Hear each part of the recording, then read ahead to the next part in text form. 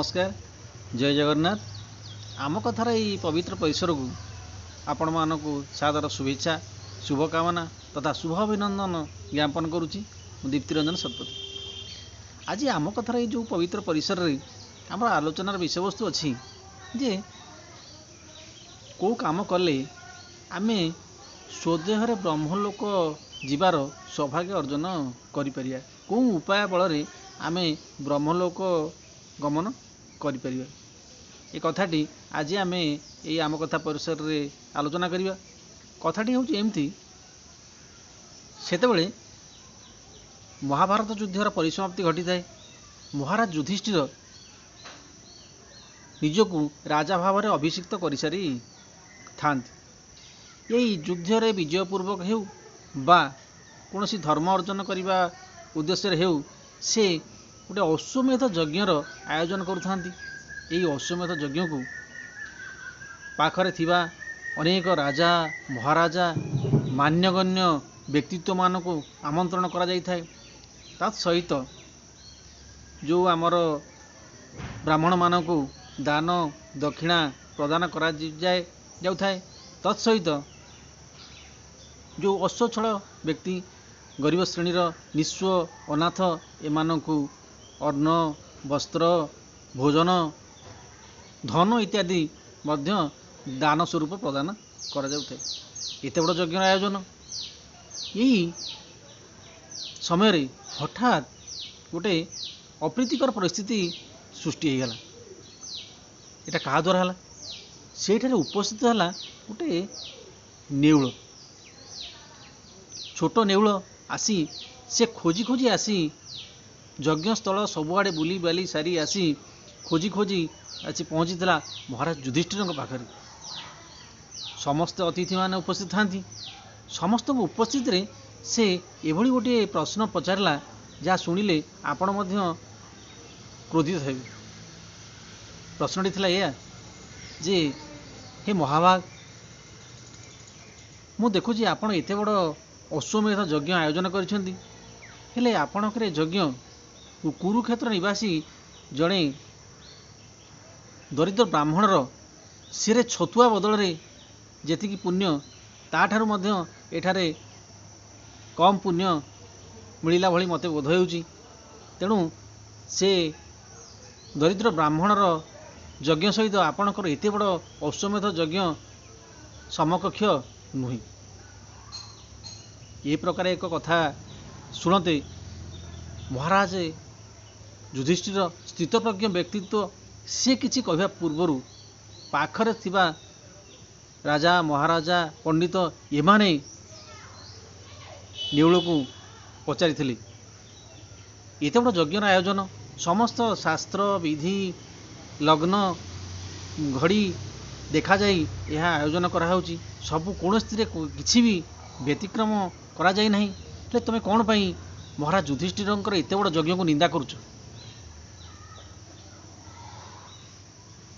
नेउल कहितला कौन पाई निंदा करुची सुन। कुरुक्षेत्र निवासी दरिद्र ब्राह्मण दरिद्र सिना हेले सचोट उपाय छड़ा केबे हेले कोनोसी बेनियम पंथा द्वारा पैसाटी अर्जन करिया पई से कुंठित हुई। सबु समय से निजर श्रम खटई नियम नीता निष्ठार सहित से किछि उपार्जन करे और सही सचोट उपाय रे अर्जित धन द्वारा तार परिवार प्रतिपोषण करे। हठात थरे से अंचल रे वर्षार घोर भावरु दुर्भिक्ष पड़ा। से अंचलर समस्त परिवार रे खाद्य कणिकार घोर अभाव। ये समय दरिद्र ब्राह्मण केमिति तार कर जीविका निर्वाह करिवे, केमिति परिवार प्रतिपोषण करिवे, सेथिपई सेदिन से कौन करिथांती शस्य क्षेत्र रे बुली बुली शस्य गछरु जो किछि शस्य कणिका शस्य क्षेत्र में झड़ी पड़ी थाए सेई गुड़ी को संग्रह करी आनी थांती।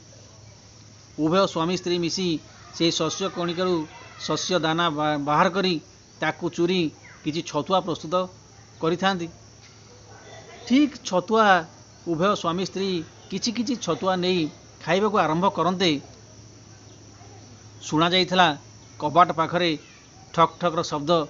जनके कहूतला बाबू गरीब को खाइबा गंडिए मिलू।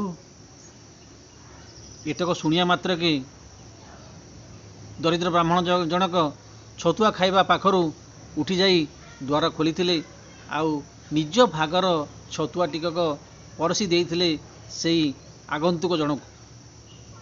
आगंतुक जनक बेश आत्मतृप्तिर सहित छतुआ टिकक खाई सारला परे जना पड़िथिले जे सेतिकी छतुआरे से आत्मसंतोष बा तांकर क्षुधा संपूर्ण भाव में मेंटी नाही। ए कथा लक्ष्य करथिले पाखरे थिबा धर्मपत्नी ब्राह्मणकर धर्मपत्नी से मध्य एते बड़ दुर्भिक्ष समय अनेक दिन हैला खाद्य भाव समस्ते कालातिपात करुथांती। तथापि धर्मपत्नी पतिंकर पदांक अनुसरण करिया पूर्वक तांक भाग छतुआ टिकक अर्पण कर देइथिले सेई आगंतुक जनक। सेदिन आगंतुक जनक एई खाद्य भक्षण करि सारिबा परे से निजर परिचय देबाकू जाई कहिथिले मु हेउछि धर्मावतार।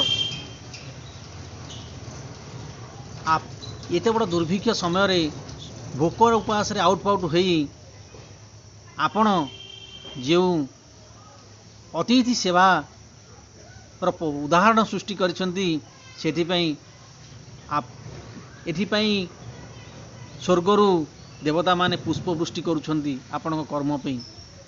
तेणु आपण स्वदेहरे ब्रह्मलोक जीवार सौभाग्य अर्जन करिसंती। एठारे रथ दंडायमान अछि। आपण यही रथरे बसी स्वदेहरे ब्रह्मलोक गमन करंतु। किछि समय परे मु नेउल से गातरू बाहरली जेतेबेलू दरिद्र ब्राह्मण ब्रह्मलोक जाई सारी मु सेठारे बुली खोजिली कौठी आउ से छतुआर किछि अंश पड़ी काले खाइबा उद्देश्य सेठी छतुआ खाऊ खाऊ से जो हाथ धुआ ओइठा पानी सब पड़ीथिला खाद्य खाइबा समय से ओइठा पानी जेमती मो देहरे लागी जाइची मो शरीर अर्धेक सुना पलटि गला। देखी बड़ आश्चर्य हली। से दिन ठारू मु अनेक जाग यज्ञ धर्मानुष्ठान इत्यादि बुलिबाकू लागिली केउठारे मो शरीर अन्य अधक सुना पलटिबो। आज पर्यंत केउठारे था संभव हैला नाही। जो दिन सुनिली महाराज युधिष्ठिरंकर अश्वमेध यज्ञर आयोजन से दिन मु अत्यंत खुशी होइतिली जे निश्चित भाव में ये धर्मप्रवण व्यक्ति जो यज्ञर आयोजन करुछंती एठारे मो शरीर अन्य अधक निश्चित भाव में सुना पलटिबो एथिरे संदेह करिवार किछि नाही। तेणु मु अत्यंत व्यग्रतार सहित अत्यंत उत्सुकतार सहित यही यज्ञ स्थली को आसली। एठारे अनेक प्रसाद सेवन कली उचिष्ट प्रसाद सेवन कली एठी सेठी बुलिली अनेक ओइठा पानी रे निजको लटर पटर हरी जेते चेष्टा कले भी मो शरीरर अन्य अधक सुना पलटिला नाही। सेथिपई मु दृढ़तार सहित कहूची जे महाराज युधिष्ठिरंकर द्वारा आयोजित यही अश्वमेध यज्ञ से ब्राह्मणों द्वारा सेरे छतुआरे जो पुण्य अर्जन करथिले ता सहित समकक्ष नुहे। या कही सेठारु तत्क्षणात् नेउल से स्थान परित्याग करथिले। तेबे एटी कहिबार कथाटी हेउजे या जे दरिद्र ब्राह्मण एते आयोजन नाही एते साजसज्जा नाही तथापि सेरे छतुआरे से ब्रह्मलोक जीवा पई सक्षम हेइजले। सेमिति भी आम संस्कृति भी अच्छी अतिथि देव भव। अतिथि देवतांक सहित समान। आमे जदि सत् उपाय रे सच्चोटतार सहित धन अर्जन करिबा ओ सेथिरु किछि संपूर्ण आमे ब्राह्मणक भଳି आमे संपूर्ण दान करबा पई सक्षम हेई परिबा नै। आमे सेथिरु किंचित जदि सत् पात्र आवश्यक थबा व्यक्ति को प्रदान करिबा तेबे आमे स्वदेहरे ब्रह्मलोक न जाई पारले मध्य निश्चित भाव रे आम खातारे पुण्यर जमा निश्चित भाव वृद्धि पाइब। एथिरे दिमत हेबार नहीं। सेथिपई चलंतु आमे सच्चोट उपाय रे धन उपार्जन करिया पई चेष्टा करिबा ओ सेथिरु किछि किछि सत् पात्र रे दान करिबा। निश्चित भाव रे आमे पुण्य अर्जन करिबा। मु एति कहि रहउची। नमस्कार। जय जगन्नाथ।